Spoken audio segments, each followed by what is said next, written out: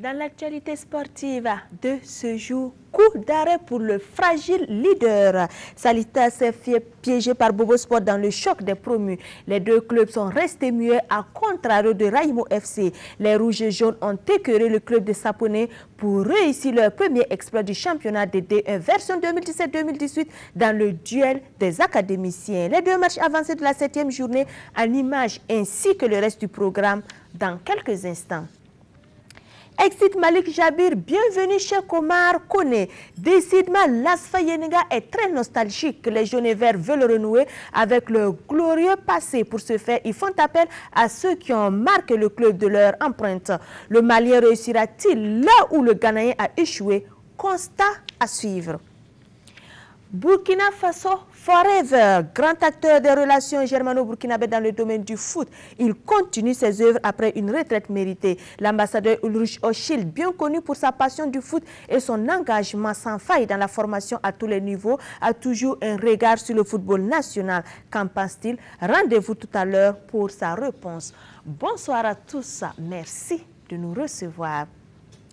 Faux pas pour le leader. Salitas n'a pas enchaîné ce vendredi soir en ouverture de la 7e journée. Le promu qui recevait un autre nouveau venu n'a pas été mordant. Résultat, ce choc des promus Salitas Bobo Sport s'est soldé par un nul de 0 but partout. Un score satisfaisant pour les visiteurs après la lourde défaite la journée précédente devant la SFB. Le compte rendu de ce match avec Daouda Ouattara et Abdoulaye Kaborish. L'on a vu du spectacle, mais point de but. Salitas leader domine Bobo Sport dans le jeu. Cette équipe orange amenée par Ouattara Ben Gadirabou et Toali Jean-Marc Odier enrhume une fois la défense des verts et blancs. L'équipe tient bon. Le match est à sens unique.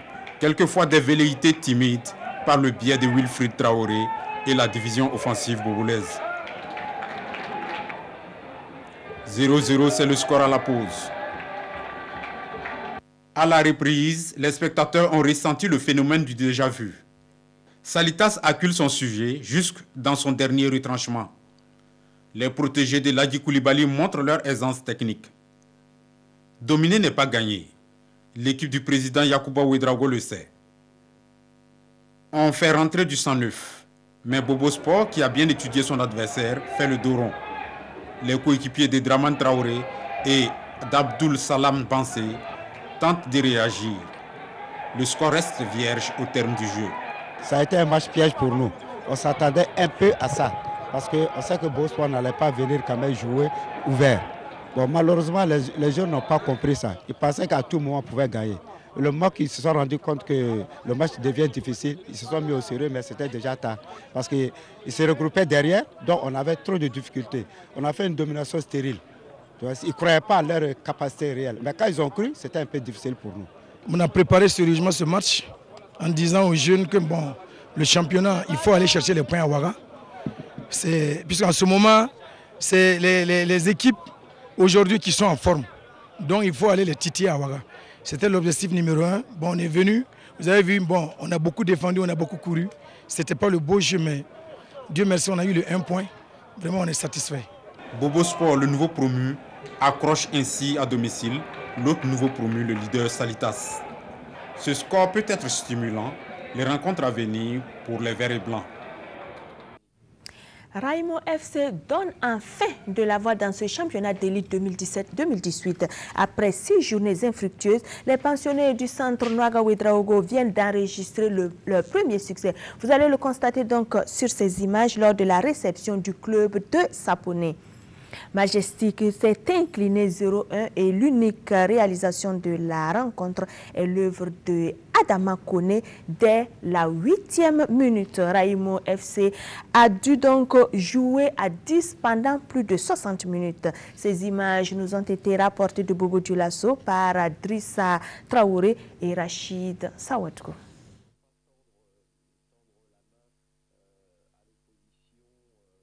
Par un grand ami du Burkina, passionné de sport, surtout de football. Il est à la base de la mise sur pied du Fojibou, un centre de formation germano-burkinabé. À la retraite et après plusieurs années de diplomatie, il ne perd pas de vue ce qui se passe dans sa deuxième patrie. Abdoulaye Kaboré et Daouda Ouattara ont arraché quelques mots donc à l'ambassadeur Ulrich Oschild. Ici un projet en 2006, un projet études football, et alors ce projet existe toujours, et dans ce contexte je viens chaque année 1 ou 2 fois au Burkina pour visiter le projet. Ça c'est la raison de ma visite ici, et dans ce contexte je profite de voir toujours des matchs de la première division du Burkina. Le week-end passé, j'ai vu le match de l'équipe de la police contre Sonabel. Et aujourd'hui, je profite de regarder ce match entre Salitas et une équipe de Bobo. Le gardien de Salitas, aujourd'hui, c'est un ancien pensionnaire de notre projet. Il appartient à la première promotion de notre projet. Et alors je peux le voir aujourd'hui, voilà. Je souhaite au football burkinabé alors un développement très très positif. Alors j'étais un peu malheureux que l'on ne pouvait pas se qualifier pour la Coupe du Monde. Mais alors ce qui n'est pas aujourd'hui, peut-être c'est demain. Beaucoup d'évolution donc, mais beaucoup reste à faire. L'ASFA Yenega, quant à elle, continue de faire appel à ses légendes. Après Malik Jabir et ses résultats mitigés, les jeunes et verts renouvellent leur confiance à Cheikh Oumar Koné. On se souvient qu'il a écrit une des plus belles pages donc, du club avec 5 titres d'affilée. Nostalgique de ces périodes fastes, les dirigeants ont rappelé le technicien malien pour redorer et remettre sur des rails un train en déroute. Donc Bakouda et Kalfa Ouattara ont assisté à la première séance d'entraînement du Malien. Il est déjà à l'œuvre au lendemain de son arrivée au chevet de l'ASFA Yenega malade. Ici aux couleurs de son pays, le Mali, Cheikh Oumar Koné est à la tâche.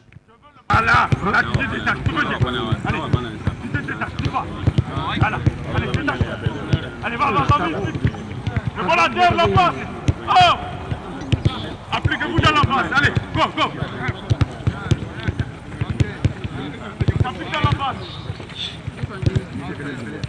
Bienvenue au Comète, où la nouvelle tête pensante de la protégée de la princesse Yenega va administrer une thérapie de choc. Le chantier est immense. Très immense, parce que c'est une équipe qui est en pleine reconstruction. Donc ça va être difficile, mais je demande l'apport des uns et des autres. Si la famille juge utile que je sois là, pourquoi ne pas le faire? J'étais en exil et puis le grand frère m'a dit de revenir, je suis revenu. Parce qu'au début, Malik était pressenti comme directeur technique. Mais comme il n'avait pas d'entraîneur, donc ils ont préféré continuer avec lui. Et maintenant qu'ils ont pu avoir le petit frère, il est venu pour relever le grand frère et qui va s'occuper de sa tâche. Aux côtés du technicien malien, Malik Jabir, redéployé, directeur sportif. Et toute la famille asfazienne est présente. Dirigeants et supporters sont là pour observer celui qui a fait les beaux jours de l'ASFA Yenega et qui, dit-on, est de retour dans la famille. C'est pour cela que vous avez vu tous les deux ensemble avec moi. Ils mangent ensemble, ils boivent ensemble, ils font tout ensemble.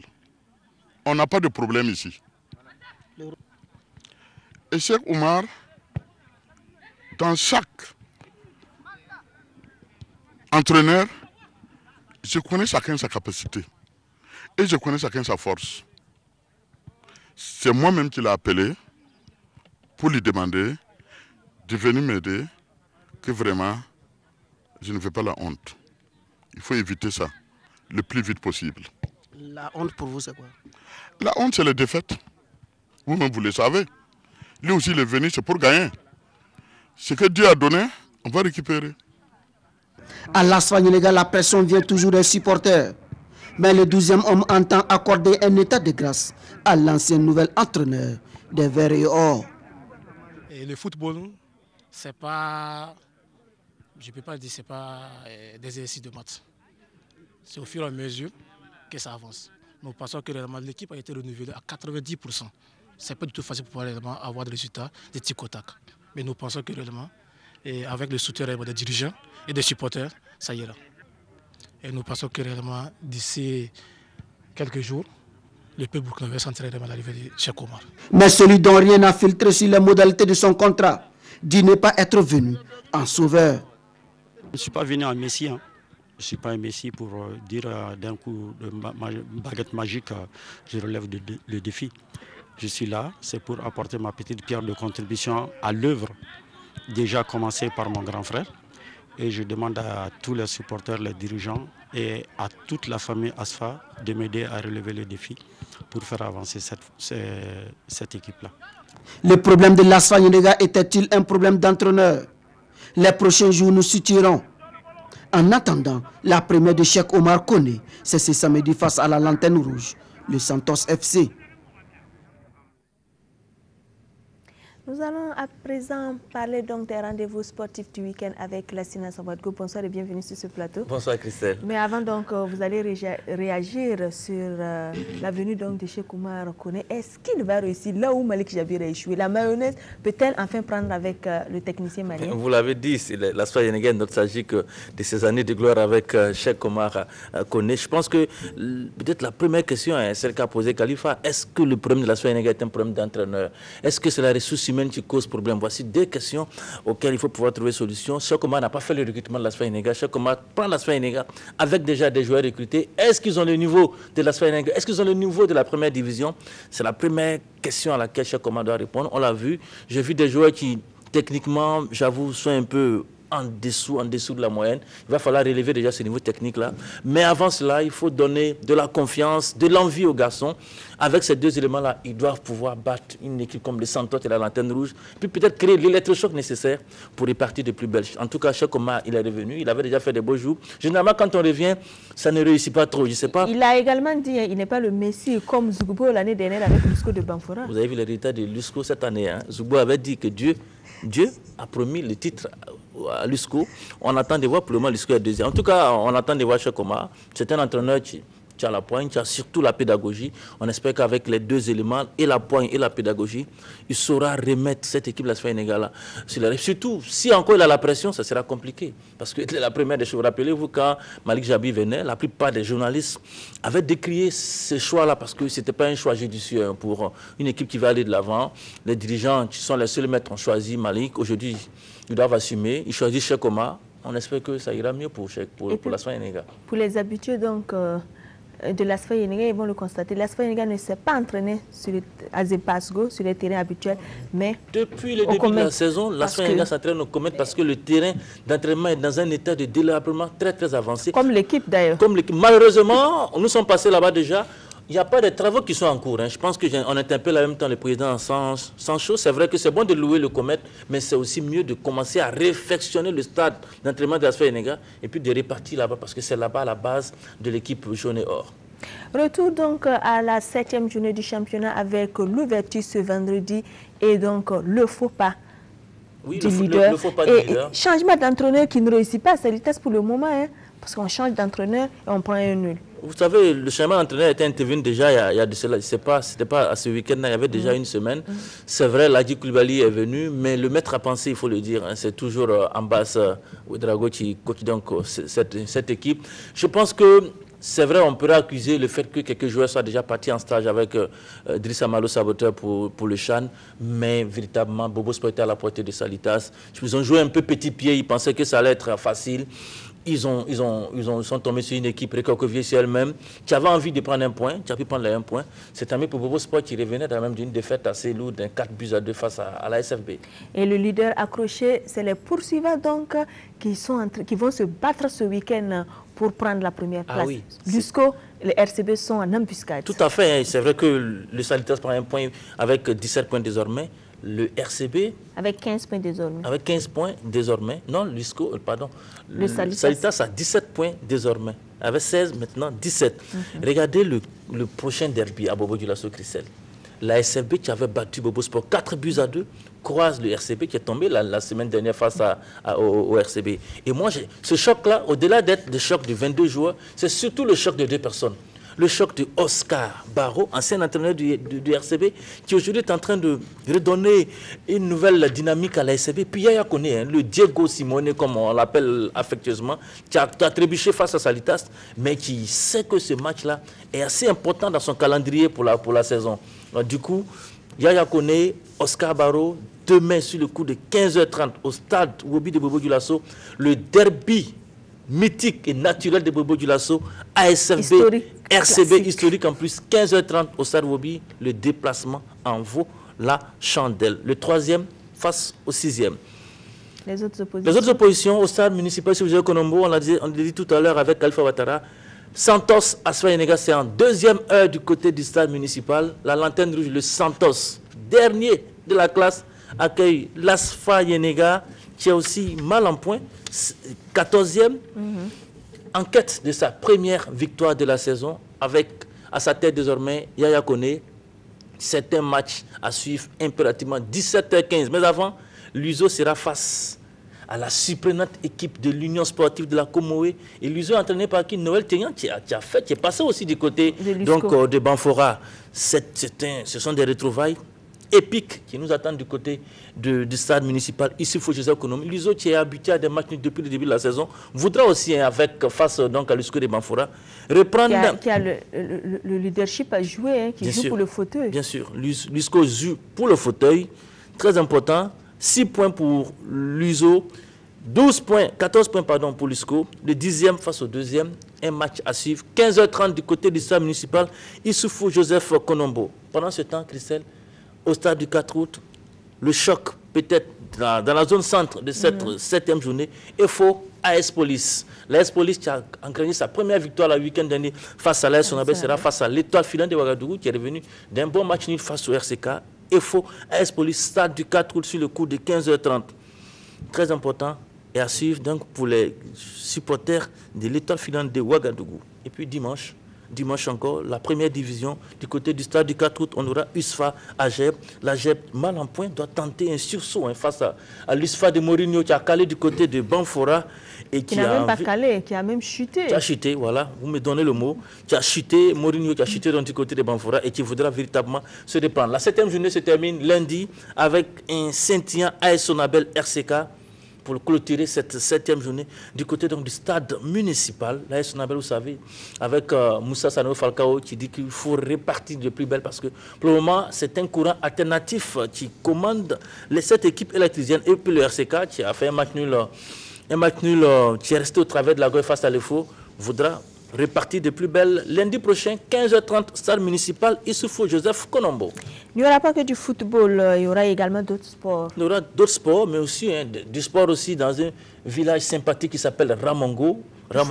Du football avec Ramongo Day de notre confrère Alexandre Legrand Rwamba. Et puis un tournoi de football qui a concerné les 9 établissements de la commune va connaître son épilogue demain sous le coup de 8h. La finale au mettra aux prises le lycée départemental face au CG de Raman sous le coup de 8h. Le parrain de cette édition de Ramongo Day s'appelle Moumouni Dagano et le reporter attitré pour cette finale s'appelle Christelle Dabré-Paré qui sera du rendez-vous demain du côté de Ramongo. Population de Ramongo, vous êtes donc tous invités demain sous le coup de 8h. On parle à président rugby. La finale du rugby à 15, c'est pour ce dimanche prochain du côté du stade municipal Issoufou Joseph Konombo. Mais avant déjà, le dimanche matin, il y aura l'expertise et l'évaluation du rugby burkinabé par des experts amenés par la Rugby World qui vient donc à Ouagadougou pour expertiser et évaluer le rugby burkinabé. On fait un clin d'œil pour cela à la présidente, la seule présidente de Fédération d'Âmes, mademoiselle Rolande Boro. Et puis l'après-midi, 15h30 du côté du stade municipal, la finale du rugby à 15. Du cyclisme aussi pour ce week-end avec le retour sur le boulevard Charles de Gaulle dimanche, Grand Prix du service national pour le développement. Tous les cadres du cyclisme burkinabé seront au rendez-vous. Après le Tour du Faso. Bien sûr, après le Tour du Faso, retour au championnat et surtout au tour domestique sur le boulevard Charles de Gaulle. 7h pour le début du Grand Prix SND. La pêche sportive, Christelle, une pêche sportive qu'adore Jérôme Tiendrebego. La Canne d'Or au barrage de Boulmigou, dimanche, non pas dimanche, samedi déjà, demain, sous le coup de 7 h. Il faut être au rendez-vous, le barrage de Boulmigou pour la Canne d'Or. Venez pêcher, c'est un exercice difficile, c'est un exercice qui commande de la patience. Et pour tous ceux qui ne sont pas patients, il faut aller faire un tour du côté de la pêche au niveau de la Canne d'Or. Puis la crosse, qu'est-ce que j'ai dit? Cross. Le cross, n'est-ce pas? Le cross. Il faut bien écouter les enfants. On ne dit pas la crosse, on dit bien le cross. Cross pour la cohésion organisée par les policières. Objectif, cohésion entre corps habillés à partir de 5 h 45. Et Mamadi Wena, en survêtement, sera de la partie devant le ministère de la Sécurité. C'est demain sous le coup de 5 h 45. Les couches, les lèvres tard.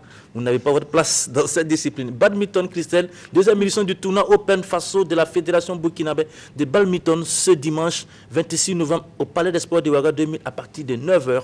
La finale est prévue pour 15 h. La participation est libre et l'objectif c'est pour vulgariser cette discipline de badminton au Burkina Faso. Et puis on va terminer par une information un peu rocambolesque. Vous savez, Yacouba Koulibaly, vous le connaissez, le joueur du Havre. Il a quitté Ouagadougou seulement hier pour rejoindre le Havre. Vous savez pourquoi? Parce qu'il avait été victime de vol de ses papiers. Son titre de séjour et son passeport avaient été chippés depuis son match contre le Cap-Vert. Et après maintes tractations, la fédération et bien sûr la préfecture au Havre, c'est seulement hier qu'il a pu prendre son vol pour rejoindre le Havre en France. Beaucoup de courage à notre latéral Yacouba Koulibaly, ancien sociétaire du Racing Club de Bobo Dioulasso. Concernant toujours les étalons, une mauvaise nouvelle également. Lyon qualifié pour les 16e de finale de l'Europa League en surclassant Apollon Limassol 4-0. Devrait se passer des services de Bertrand Traoré. Sorti dès la 16e minute, il souffrirait d'une entorse du ligament latéral interne et devrait être indisponible plusieurs semaines. Très mauvaise nouvelle. Et la FIFA a rendu public ce jeudi son dernier classement. Ces changements côté africain, surtout le Sénégal, fort de ses 2 victoires sur l'Afrique du Sud, prend la tête à 23e mondial, gagne 9 points devant la Tunisie qui gagne 1 point, 27e mondial. L'Égypte se retrouve 3e, 31e mondial en chute d'1 point. Le Burkina avec 705 points est 6e, 44e mondial avec un bon de 11 points. C'est une bonne nouvelle malgré l'élimination. 11 points de prix, c'est extraordinaire. Malheureusement, il n'y a pas de compétition en vue jusqu'au mois de mars, mais même octobre pour les étalons. Mais c'est déjà bon. C'est déjà bon de savoir que les étalons ont fait un bond assez spectaculaire dans les classements FIFA et africains, pourvu que ça continue. Et l'Allemagne est sur le toit du monde suivi du Brésil et du Portugal. Ce classement sera donc à la base du tirage au sort du 1er décembre prochain pour les pays qui ont composté le ticket pour Russie 2018. Merci beaucoup Lassina Sawadgo pour tous ces rendez-vous sportifs du week-end. Donnez rendez-vous aux populations de Ramongo demain. Exactement, et Jérôme Tiendrebego donc sera là lundi pour le développement de toutes ces actualités. Retour sur la 4e journée de D2 sur le terrain du RC4 dimanche dernier. L'AS Douane recevait l'AS Coupela. Les Gabelous ont fait service minimum mais suffisant pour tomber l'ASK 1-0 et empocher 3 précieux points. Paul David Babara, Samira Sana, Kalfa Ouattara. L'AS Douane parvient à engranger 3 points dans un match âprement disputé contre l'association sportive de Coupela. Et une victoire qui a mis du temps à se dessiner, tant les jeunes de Coupela ont fait preuve d'engagement dans ce match. Dès l'entame, l'ASK en vert et blanc impose sa domination et crée la terreur au camp adverse. Des occasions sont créées, mais les garçons de Salif Sanou n'arrivent pas à loger la balle au fond des filets. L'AS Douane revient dans le jeu et mieux se crée des occasions de but. À l'image de cette ratée de la 32e minute. 0-0 à la fin de la première période. À la reprise, l'AS Douane accentue sa domination. Sur cette balle en profondeur, Adama Zagré résiste à la défense de Coupela et ouvre le score. 1-0 pour l'AS Douane. Nous jouons 63 minutes. Il n'en fallait pas plus pour que le match s'emballe davantage. L'AS Douane peut faire le break, mais l'ASK résiste et tente de sortir la tête de l'eau. Les occasions s'enchaînent, mais le score ne changera pas. L'AS Douane remporte le match sur le score d'1-0. À un moment donné, on a eu notre part de match. On a eu un face-à-face même qu'on a raté. Il y a eu certaines occasions effectivement qui étaient à notre faveur. Mais je ne sais pas, les enfants, je ne sais pas si c'est le gazon qui les a crispés ou bien c'est le public. Je ne sais pas, mais je me dis qu'on va continuer à travailler. C'est le début du championnat. On n'est qu'à la 4e journée. Les automatismes ne sont pas encore parfaits. On va toujours continuer à travailler. C'est bien vrai qu'on aurait souhaité mieux jouer. Mais l'essentiel, c'était d'avoir les 3 points parce que c'était notre concurrent direct. Donc, bon, en tout cas, la victoire, là, elle est bienvenue. Vu le match de ce soir, là, le retour là, ça sera très compliqué. Voilà, mais on va oublier engranger des points avant le match de retour. Le travail doit se poursuivre pour la montée des douaniers en première division. Dans les autres oppositions de cette 4e levée de la poule A, Azo a éclipsé EAZ 3-1. ASTEMA Boquin domine FAC 1-0. Neuf Athletic Club a cale devant CFF 0 but partout. Canon du Sud a sombré 1-3 devant COSAF. Et Fabao a domestiqué Léopard de Saint-Camille 2-0. Fabao prend les rênes de la poule 9 points plus 4 devant les Douanes 8 points plus 3 et la SK 7 points plus 1. Dans la poule B, la 4e levée a livré également son verdict. L'IFA a maîtrisé Falem 3-1. La JCB a été accrochée 0 but partout par le BPS de Koudgou. Kiko FC a triomphé de AFAC B 1-0. Bafouji à domicile s'est rassuré 2-1 devant l'AS Maya. Royal FC a été royal en se payant l'AS Eco 3-0. L'USI a dérouté la secte de Koudou 1-0. Le club du Yatenga est au fait 10 points plus 5 suivi par l'AS Maya et Royal FC avec chacun 9 points plus 4. La 5e journée donc de la D2 se poursuit ce samedi 26 novembre sur les différents terrains, à l'exception dans la poule A du match EAZ-AS Douane reprogrammé sur le terrain du lycée provincial Bassi de Zignaré. Dans la poule B, le stade Wobi abritera l'opposition à FAC B, Royal FC, le terrain du RCB, le duel IFA Uzi et le Sangoulé la Mizana S Maya à Sec de Koudgou. Toutes ces rencontres sont prévues à 15h30. Il s'est donné au football acteur et il est depuis quelques temps spectateur. Mohamed Diallo, vieux pour les férus du ballon rond, a connu un véritable souci de santé qui l'a amené à perdre l'usage de ce qui faisait jadis sa force et sa notoriété. Une délégation du ministère des Sports et des Loisirs lui a rendu visite pour lui témoigner du courage dans l'épreuve. Drissa Traoré, Jonas Apollinaire Kabouri. Diallo Mohamed Divier. Un nom qui rappelle la période glorieuse du football burkinabé des années 80. Du Racing Club à l'Asfa Yenega et de la sélection locale Les Silures à l'équipe nationale Les Étalons, Vieux Dafra, comme l'appellent les intimes, avait toujours marqué les esprits par sa classe, son talent et son engagement physique. Des qualités qui faisaient de lui un défenseur hors pair et aussi un gagneur au regard des nombreux trophées et hautes distinctions accumulées au plan national. Une brillante carrière qui s'estompera en 1993. Et depuis, Vieux Dafra n'avait cessé de faire l'objet de multiples sollicitations pour apporter sa riche expérience aux jeunes générations. Mais hélas, malgré sa volonté, le destin en a décidé autrement. Souffrant d'une maladie contre laquelle il luttait depuis un moment, il sera amputé d'une jambe au mois de juin dernier. Une autre vie commençait alors pour ce tigre de Yaradougou. Des moments difficiles pour cet ancien international.